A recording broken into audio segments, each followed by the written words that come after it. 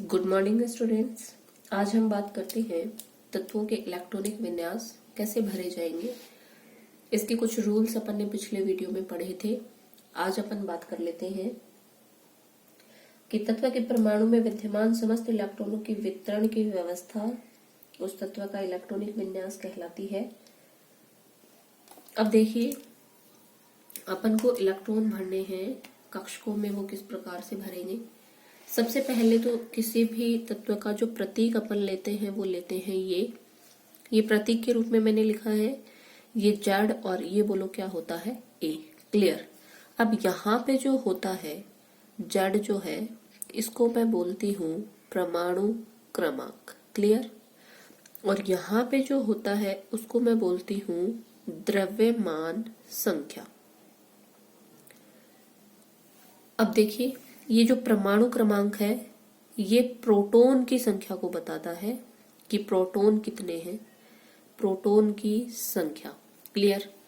और जो द्रव्यमान संख्या होती है वो बताती है प्रोटॉन प्लस न्यूट्रॉन की संख्या। ध्यान देंगे। अब अगर मान लीजिए उदासीन परमाणु है, उदासीन, तो ध्यान रखेंगे जितने प्रोटॉन होंगे उतने ही बोलो क्या होंगे इलेक्ट्रॉन। और अपन को पता है जब आप इलेक्ट्रॉनिक विन्यास लिखते हैं तो अपन इलेक्ट्रॉन्स फिल करते हैं, ना कि प्रोटॉन। तो वो अपन इजीली निकाल सकते हैं कितने कितने इलेक्ट्रॉन होंगे, क्योंकि अपन को अगर परमाणु क्रमांक पता है तो अपन को पता है वो नंबर ऑफ प्रोटॉन्स की संख्या को दिखाता है। द्रव्यमान संख्या प्रोटॉन की संख्या प्लस न्यूट्रॉन की संख्या को दिखाता है। और उदासीन परमाणु के लिए जितने प्रोटॉन होते हैं उतने ही बोलो क्या होते हैं इलेक्ट्रॉन। पर मान लीजिए यदि कोई चार्ज्ड स्पीसीज है, आवेशित है, तो उसके लिए नंबर ऑफ प्रोटॉन और इलेक्ट्रॉन सेम नहीं होते हैं। ध्यान रखेंगे आप। मान लीजिए कोई धनायन है, X प्लस है। क्लियर। अब देखिए, इसका मतलब ये हुआ कि ये धनायन तब बना जब इसने एक इलेक्ट्रॉन को निकाला। ऐसे लिख सकती हूं मैं जेड एंड ए। अब अगर ये उदासीन स्पीसीज होती तो जितने प्रोटॉन होते उतने ही इलेक्ट्रॉन होते, पर चूंकि ये धनावेशित है इसका मतलब इसने एक इलेक्ट्रॉन बोलो क्या कर दिया, दे दिया। और एक इलेक्ट्रॉन दे दिया तो मैं ऐसे लिख सकती हूँ क्या कि जो जेड है उसमें से एक आप घटा दे, फिर इसमें से आपके पास में बोलो क्या आ जाएंगे नंबर ऑफ इलेक्ट्रॉन्स। अगर मान लीजिए ये कोई ऋणात्मक स्पीसीज होती तो अब देखिए इसका मतलब ये हुआ कि इसने एक इलेक्ट्रॉन बोलो क्या कर लिया, ग्रहण कर लिया। तो जितने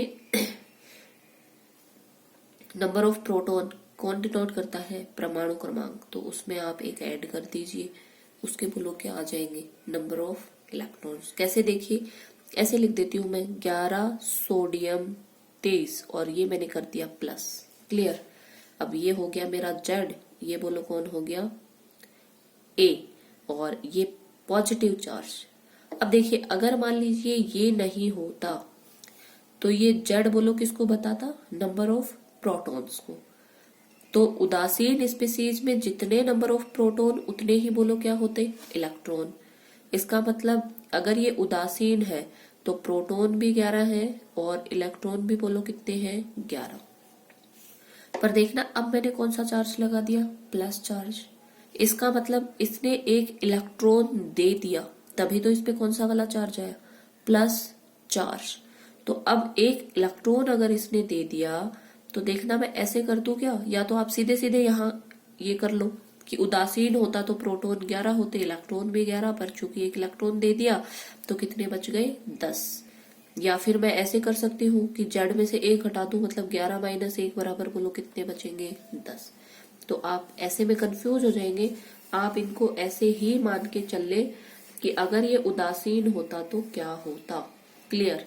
ऐसे देखिए मैं ऐसे लिख देती हूँ 9 फ्लोरीन 18 और माइनस कर देती हूँ मैं।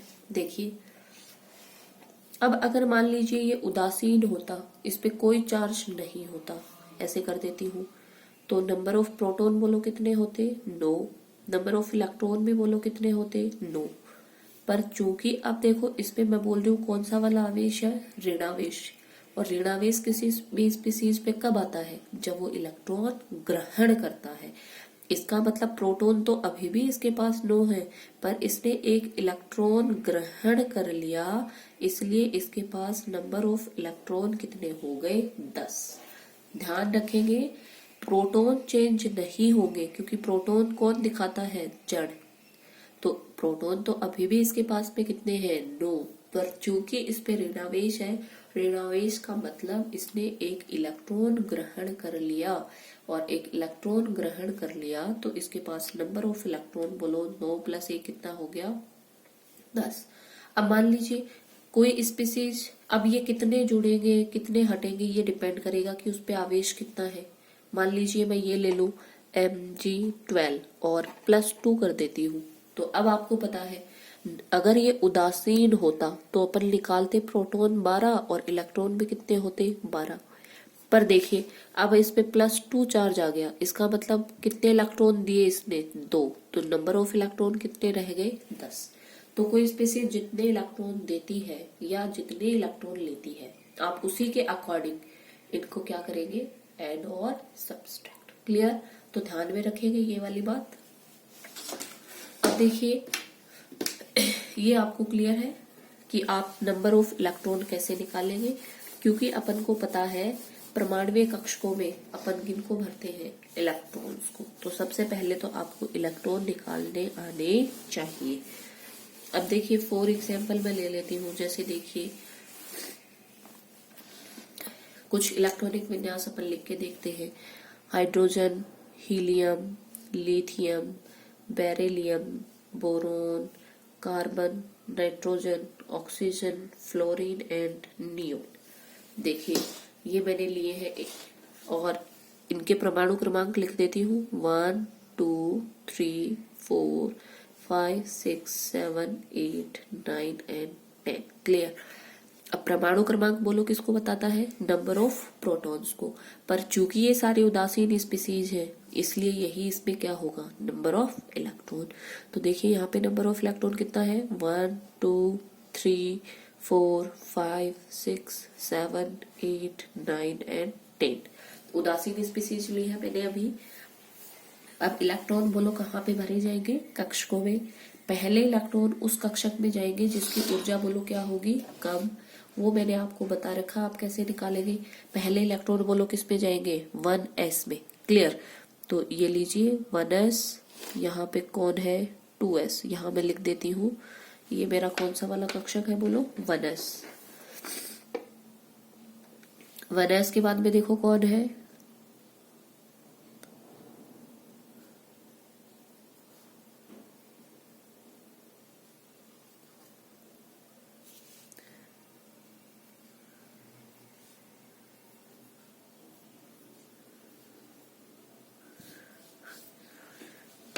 देखिए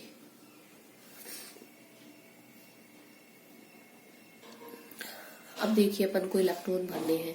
क्लियर। सबसे पहले 1s कक्ष। अब हाइड्रोजन में बताओ कितना इलेक्ट्रॉन है, 1, 1s में जाएगा। अब s में अधिकतम कितने इलेक्ट्रॉन जा सकते हैं, 2, पर अपने पास 1 इलेक्ट्रॉन है तो अपन क्या भरेंगे, 1 इलेक्ट्रॉन। तो मेरा जो इलेक्ट्रॉनिक विन्यास होगा वो होगा 1s1, क्योंकि अपन ने 1s में कितना इलेक्ट्रॉन भरा है, 1। क्लियर। अब हीलियम की बात कर लेते हैं, बोलो कितने इलेक्ट्रॉन है, 2, और एक कक्षक में बोलो कितने अधिकतम इलेक्ट्रॉन रह सकते हैं, 2, विपरीत चक्रण के साथ। तो अब यहाँ पे s में कितने इलेक्ट्रॉन आ गए, 2, तो मैं क्या लिखूंगी, 1s2। तो हीलियम का जो इलेक्ट्रॉनिक विन्यास है वो बोलो क्या हो गया, 1s2। क्लियर। अब मैं बात करती हूँ देखो लिथियम की। लिथियम में अपन को कितने इलेक्ट्रॉन भरने हैं, 3। पहले इलेक्ट्रॉन बोलो किस में जाएंगे, चलो इधर देखें। पहले इलेक्ट्रॉन बोलो किस में जाएंगे, 1s में। फिर इलेक्ट्रॉन किस में जाएंगे, 2s में। और s ये मैं बना देती हूँ, एक ही सब सेल होता है इसमें। तो देखिए ये मेरा है 1s, ये बोलो कौन है, 2s। क्लियर। अब देखो s में अधिकतम कितने इलेक्ट्रॉन भर सकते हो, 2, विपरीत चक्रण के साथ भर देती हूँ। और अब कितना इलेक्ट्रॉन बचा है, 1, वो बोलो कहाँ पे चला जाएगा, 2s में। क्लियर। तो हो गए मेरे पास 3 इलेक्ट्रॉन। अब जब आप इसका इलेक्ट्रॉनिक विन्यास लिखोगे तो 1s में बताओ कितने इलेक्ट्रॉन लिखे हैं, 2, 2s में कितना इलेक्ट्रॉन फिल किया है, 1। तो देखो लिथियम का जो इलेक्ट्रॉनिक विन्यास है वो क्या हो गया 1s2 2s1। क्लियर। ऐसे ही देखो मैं बेरिलियम की बात कर लेती हूँ। बेरिलियम में बोलो कितने इलेक्ट्रॉन है 4 इलेक्ट्रॉन है, मुझे फिल करने हैं। पहले देखो किस पे जाएंगे इलेक्ट्रॉन, यहाँ से 1s, फिर किस पे जाएंगे 2s। तो वो दोनों ऑर्बिटल मैंने लिख लिए 1s एंड 2s। अब देखिए s में अधिकतम कितने इलेक्ट्रॉन भरने हैं 2, ये लीजिए 1 2 और 2 इलेक्ट्रॉन और बचे, वो किस में भरेंगे 2s में, क्योंकि s में अधिकतम 2 इलेक्ट्रॉन। अब जब कोई कक्षक पूरा भरेगा उसके बाद आपको आगे जाना है। क्लियर। तो देखिए 1s में आपने 2 इलेक्ट्रॉन भरे हैं तो ये हो गया 1s2, 2s में भी 2 इलेक्ट्रॉन भरे हैं तो ये हो गया 2s2। तो इसका इलेक्ट्रॉनिक विन्यास कैसे बोलते हो 1s2 2s2। क्लियर। अब चलो देखिए मैं बात कर लेती हूँ बोरोन की। बोरोन में बोलो कितने इलेक्ट्रॉन है 5। पहले इलेक्ट्रॉन जाएंगे 1s में, फिर जाएंगे 2s में और फिर बोलो किस में जाते हैं 2p में। क्लियर। अब देखिए s में बताओ कितने इलेक्ट्रॉन भरेंगे अधिकतम 2, यहाँ पे दिखा रखा है मैंने। 2s में भी कितने इलेक्ट्रॉन भर सकते हो 2। अब ये दोनों फिल हो गए कंप्लीट, उसके बाद आप किस में जाएंगे 2p में। अब देखिए कितने इलेक्ट्रॉन भरे गए 2 2 4 और अपन को एक और भरना है, तो ये कितना हो गया 5। तो अब इसको अपन क्या बोलेंगे इलेक्ट्रॉनिक विन्यास बोरोन का 1s2 2s2 2p1। ऐसे ही अगर कार्बन की बात करूं तो कार्बन में देखना कितने अब s में अधिकतम 2 इलेक्ट्रॉन भरे जाते हैं, p में बोलो कितने तक भर सकते हैं 6। क्लियर। और d में 10 और f में 14। ध्यान रखिएगा कार्बन में 6 इलेक्ट्रॉन भरने हैं, तो देखना 2 तो मैं भर देती हूँ s में, 2 बोलो किस में भर देती हूँ 2s में। क्लियर। ये भी s है ये भी s है। अब इलेक्ट्रॉन बोलो किस में जाएंगे p में, तो 6 इलेक्ट्रॉन भरने हैं मुझे, तो 2 2 4 और क्या लिख दूं यहाँ पे 2। तो कार्बन का इलेक्ट्रॉनिक विन्यास हो गया 1s2 2s2 2p2। Clear. Nitrogen में 7 इलेक्ट्रॉन भरने हैं, ये लो 1s2 2s2 और अब देखना p में 2 2 4 कितने इलेक्ट्रॉन भरने हैं 3। 4 और 3 बोलो कितने हो गए 7।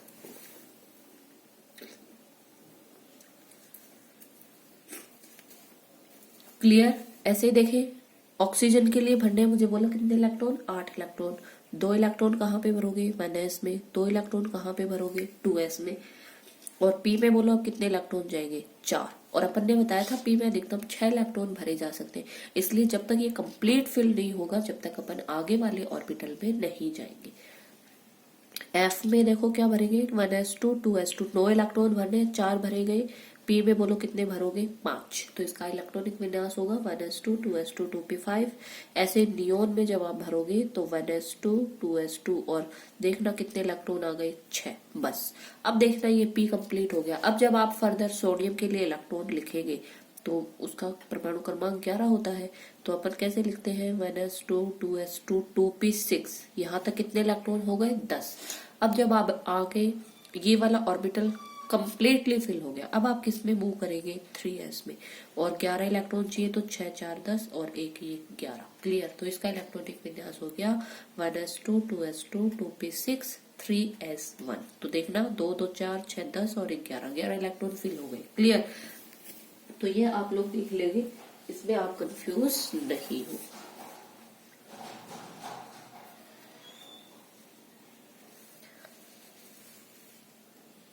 इस तरीके से अपन को इलेक्ट्रॉनिक विन्यास लिख लेना है। क्लियर।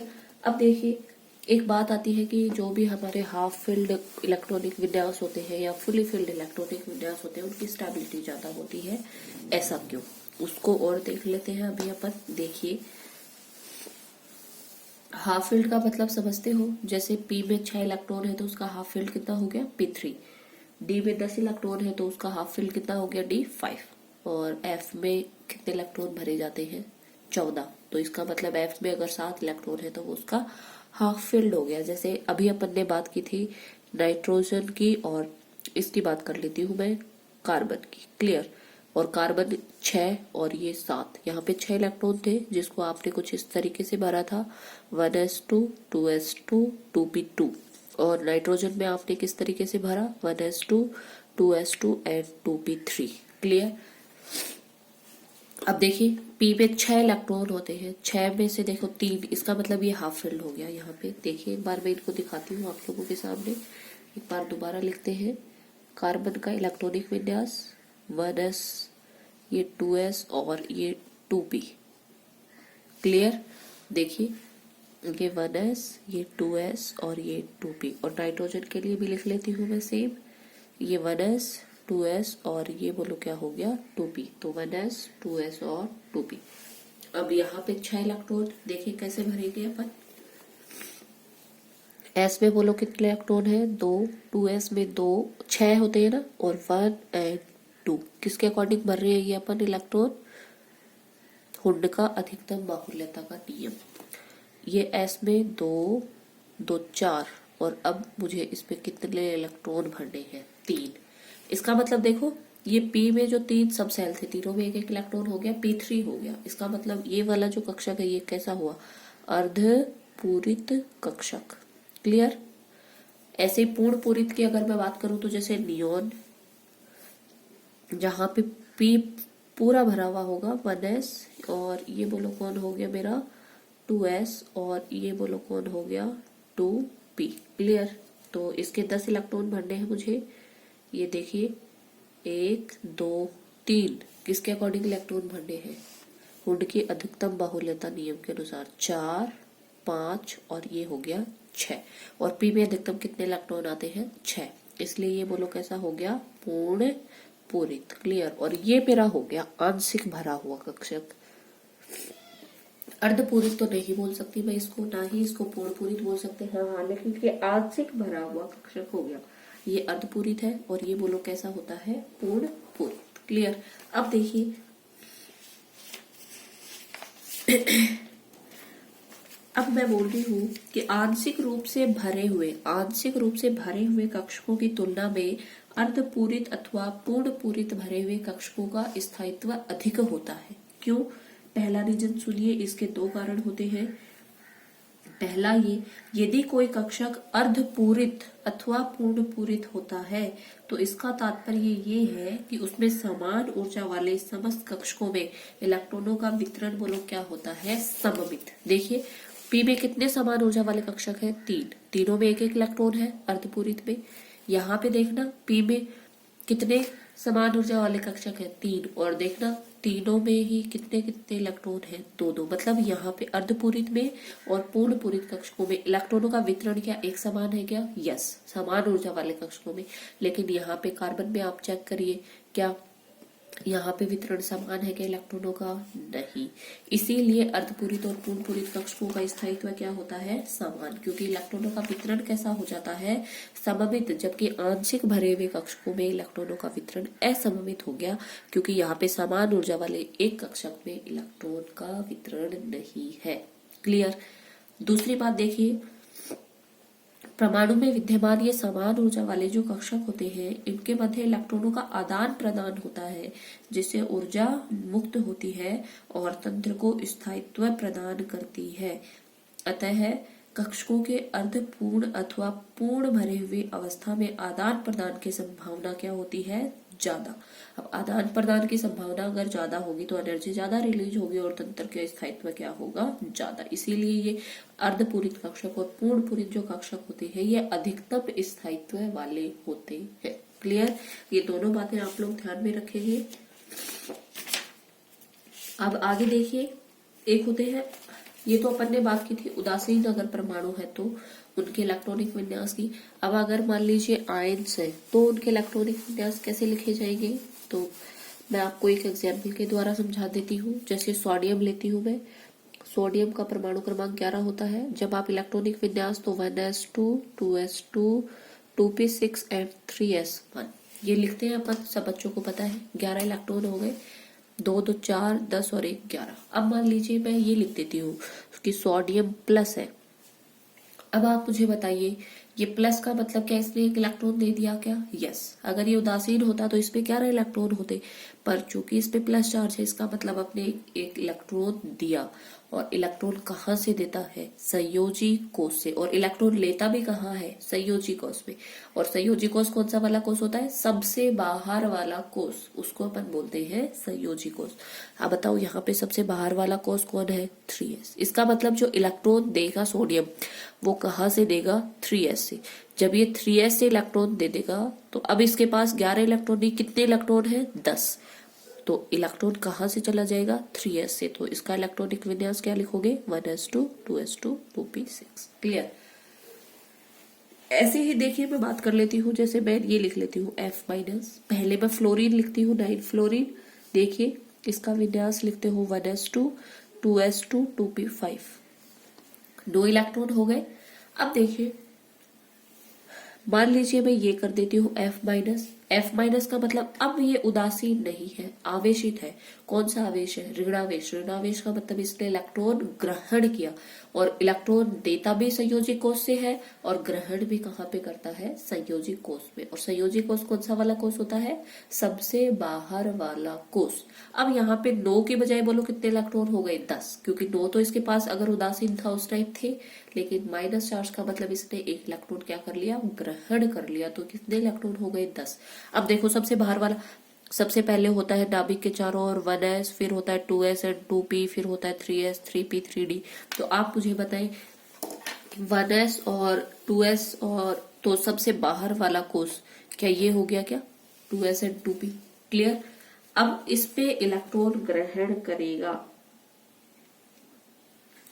तो जब इलेक्ट्रॉन ग्रहण करेगा तो कितने इलेक्ट्रॉन हो जाएंगे? 10। और ये हो जाएगा 1s2 2s2, और p में कितने इलेक्ट्रॉन हो जाएंगे? 6। अधिकतम 6 इलेक्ट्रॉन हो सकते हैं। तो ये है आयंस का इलेक्ट्रॉनिक विन्यास, आप देख लीजिए। एक होता है देखिए सब इलेक्ट्रॉनिक स्पीसीज, सब इलेक्ट्रॉनिक, यहीं पे समझ लीजिए, नाम से पता पड़ रहा है सब इलेक्ट्रॉनिक स्पीसीज क्या होती है। अब आप मुझे बताओ नाम से क्या पता पड़ रहा है? कि जिसमें नंबर ऑफ इलेक्ट्रॉन्स क्या होने चाहिए? सेम। क्लियर? तो देखना मैं ऐसे बोल सकती हूँ क्या, कि ये सोडियम प्लस एंड ये F-, ये सब इलेक्ट्रॉनिक स्पीसीज है। अब कैसे बोल सकती हूँ? देखिए सोडियम के पास 11 इलेक्ट्रॉन थे, लेकिन Na+ के रूप में इसके पास कितने इलेक्ट्रॉन रह गए? 10। F अगर उदासीन था तो 2 इलेक्ट्रॉन थे, पर 1 इलेक्ट्रॉन ग्रहण करते ही इसके पास कितने इलेक्ट्रॉन आ गए? 10। और आप इनके इलेक्ट्रॉनिक विन्यास पे भी देख सकते हो, Na+ के इलेक्ट्रॉनिक विन्यास पे कितने इलेक्ट्रॉन है? 10। यहाँ पे भी कितने इलेक्ट्रॉन है? 10। क्लियर? तो अब आप देख रहे हो दोनों में ही नंबर ऑफ इलेक्ट्रॉन कितने हो गए? 10-10। तो इन दोनों स्पीसीज को क्या मैं सब इलेक्ट्रॉनिक स्पीसीज बोल सकती हूँ क्या? यस। तो वो स्पीसीज जिनमें नंबर ऑफ इलेक्ट्रॉन क्या हो? सेम, उनको अपन बोलेंगे सब इलेक्ट्रॉनिक स्पीसीज। ये कुछ बातें हैं जो आप लोगों को ध्यान में रखनी। Thank you.